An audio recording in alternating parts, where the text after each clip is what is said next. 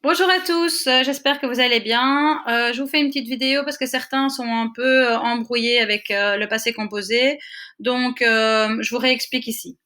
Alors, le passé composé, la première chose qu'on va expliquer, c'est peut-être savoir comment on le forme, donc comment est la phrase.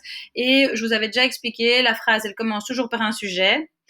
Puis on met un auxiliaire, ça peut être haben ou sein. Ben, je vais vous le montrer ici. Donc, passé composé, c'est bien le passé composé des réguliers, hein. Donc, la phrase sujet, auxiliaire haben ou sein et participe passé à la fin. Entre l'auxiliaire et le passé composé, on peut bien entendu mettre plein de compléments. Le lieu, l'heure, avec qui, etc., le moment. Donc, il y a plein de choses qui peuvent se mettre, mais les autres ne peuvent pas bouger. Ce passé composé sera toujours à la fin et le sujet et l'auxiliaire seront toujours au début, dans un sens ou dans un autre. Alors, comment est-ce qu'on va faire ce passé composé? Une fois qu'on a compris la structure de la phrase, on va s'attaquer au passé composé. Attention, on parle bien d'un passé composé régulier. D'accord? Les irréguliers, il va falloir les apprendre par cœur. Ceux-là, ils sont comme ça. C'est comme zwemmen, que zwommen, c'est autre chose. Les réguliers, c'est les tout premiers qu'on a vus. Vous pouvez vous en faire une liste. Comme ça, vous vous souvenez de ceux qui sont. Comment ils vont se faire? Regardez la petite formule qui est là en dessous. On va commencer avec un che, puis il y aura le radical. Alors le radical, c'est quoi? C'est le centre du mot. Donc si vous avez l'infinitif, par exemple, dansen, vous allez enlever le en à la fin de dansen et vous allez vous retrouver qu'avec le radical. Et si ça c'est un peu compliqué, vous pouvez aussi dire, je le mets par exemple à la personne ik. D'accord? Je fais dansen, ik, c'est quoi? C'est ik dance. Et voilà, vous avez du coup le radical. Ça va? À la fin de ce radical, on regarde c'est quoi la dernière lettre. Et ici, dans dansen, je vais vous le mettre en exemple. Hein.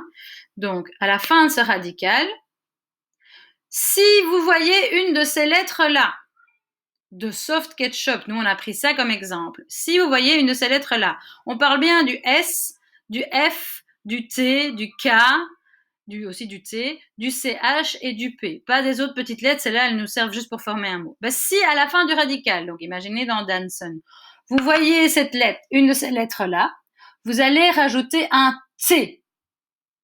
Si ce n'est pas le cas, vous allez rajouter un D.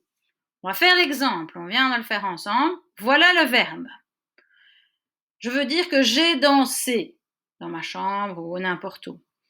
Ik heb, et puis on sait qu'il fallait utiliser le verbe dansen, mais comment on va faire? Quelle est la première étape que vous allez faire? Vous allez essayer d'avoir le radical. Comment on fait pour avoir le radical? On enlève le en, tout à fait juste. Vous enlevez le en, vous vous retrouvez avec dance. On est bien d'accord. Vous regardez la dernière lettre avant le n, c'est un S. Est-ce que ce S est dans soft ketchup? Oui, ce S est dans soft ketchup. Donc, quelle lettre est-ce qu'on met? Un T. Très juste. D'accord? Ça donne donc Ik heb gedanst. Ok? On met un sujet, ik. On met un auxiliaire, heb. J'ai accordé heb avec ik, évidemment. Et puis, j'ai mis mon participe passé, gedanst. Ici, je vous ai mis une phrase super simple. Il n'y a pas de complément, de lieu, etc. C'est juste pour voir comment je forme ça à la base. Après, vous pouvez compliquer. D'accord? On essaye de le faire avec un autre verbe. Hij heeft gedanst. Non, pardon, excusez-moi, c'est la même chose. Hij heeft gedanst, c'est juste qu'on a changé le sujet. D'accord? Au lieu de mettre ik, j'ai mis heeft. Comme ça, vous pouvez voir la différence avec un autre auxiliaire.